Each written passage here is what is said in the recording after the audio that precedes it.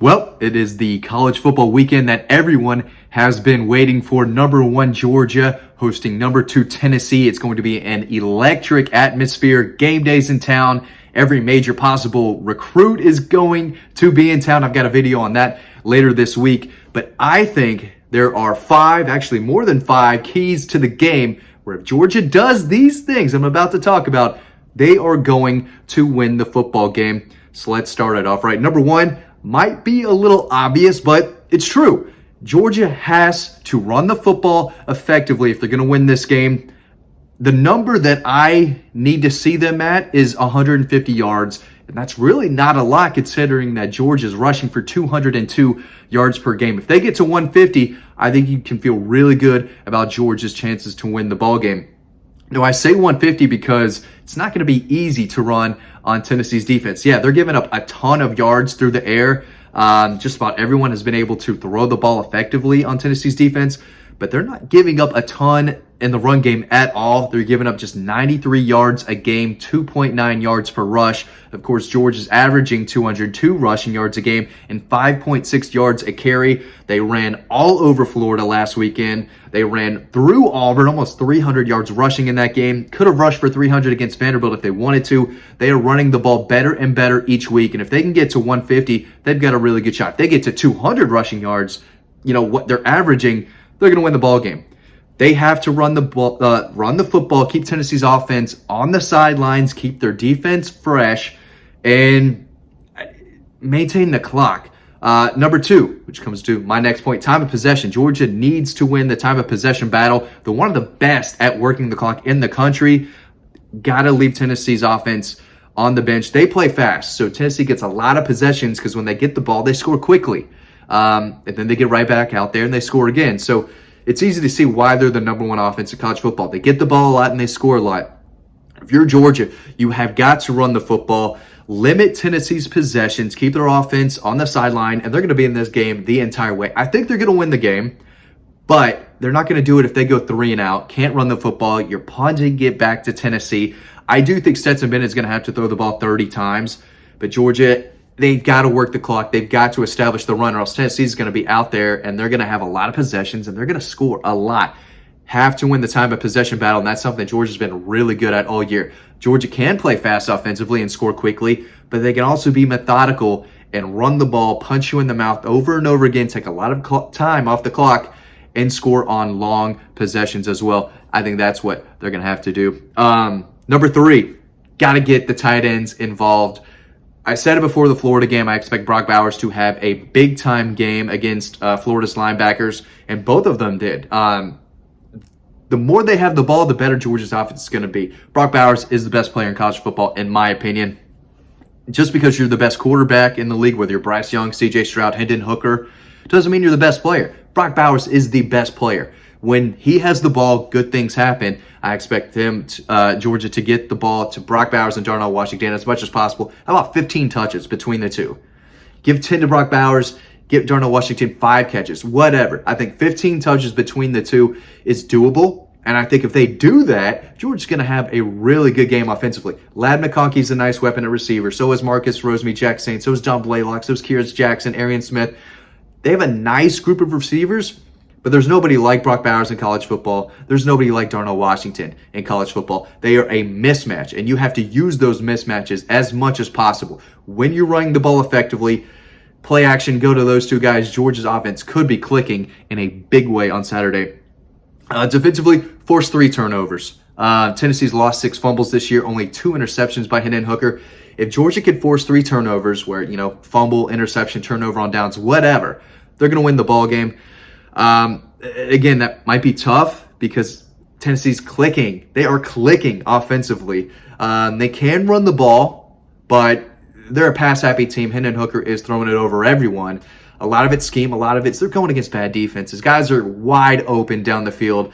I don't think that's going to happen against Georgia. They're going to test Georgia's secondary like nobody has before. They're going to test them vertically. They're going to take shots down the field, and we've seen teams be able to do that here and there successfully on Georgia's defense. I don't see Tennessee marching, methodically down the field often. I think when they score against Georgia, which They will. They're really good offensively. They're going to have big plays on those possessions. Georgia has got to find a way to get some turnovers and start fast. That's key. You do not want to play down often to a team like Tennessee. Alabama came back. I know that almost won the game coming from behind.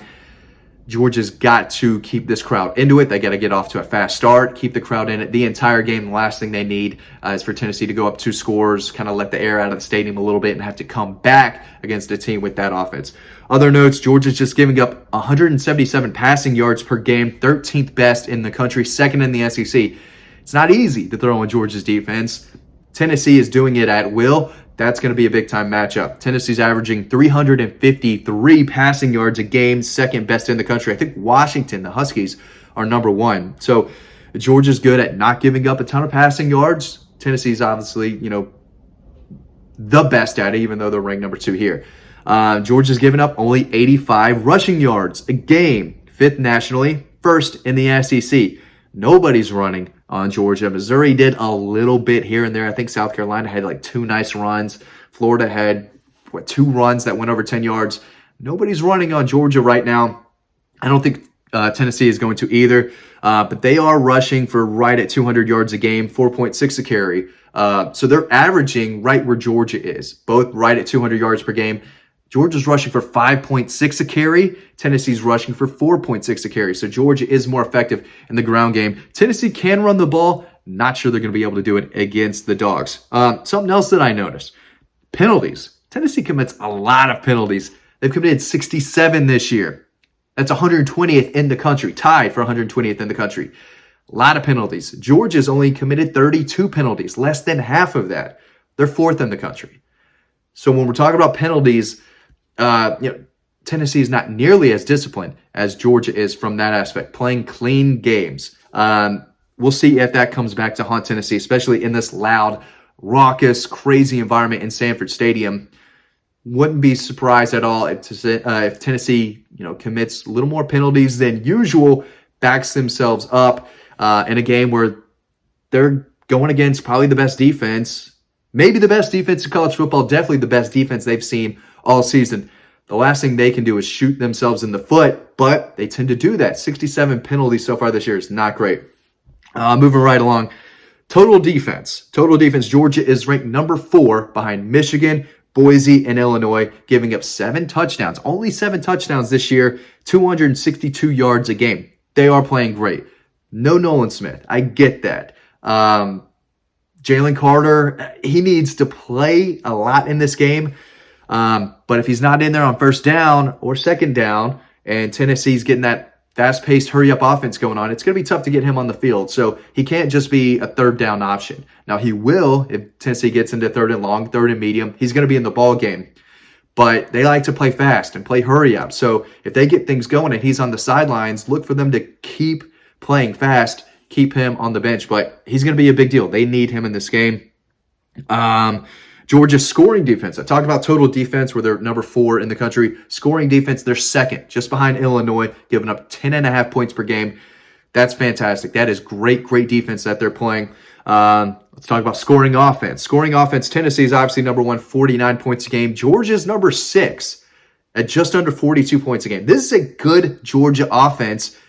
And I just talked about their defense, arguably the best in college football. If we're talking about the most complete team, if you look at the numbers, it's Georgia. It's not really close. Ohio State is good on both sides of the ball. And Tennessee, they can stop the run, and they have the best offense. They just have a lot of teams to be able to throw on them.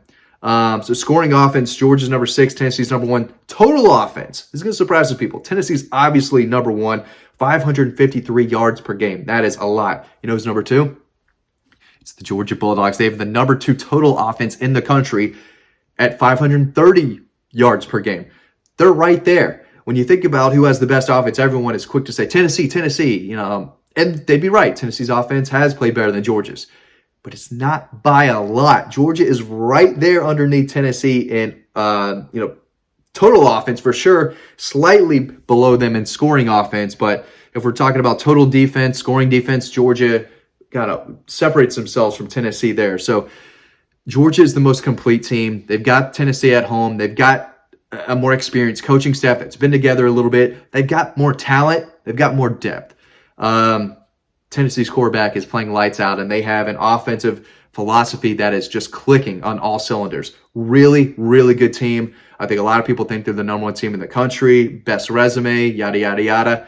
I think this sets up to be a Georgia victory for a lot of reasons, but got to run the football, work the clock, keep them off the field offensively, force some turnovers, get the ball to Brock Bowers and Darnell Washington. If they do that and can run the ball successfully like they have in the last few weeks, I do like Georgia in this game, and I think they might be able to cover. What do you think? Drop a comment in the comment section below. Thanks for watching this video. As always, stay tuned to the next one coming up right now, and I'll see you over on Dog Post.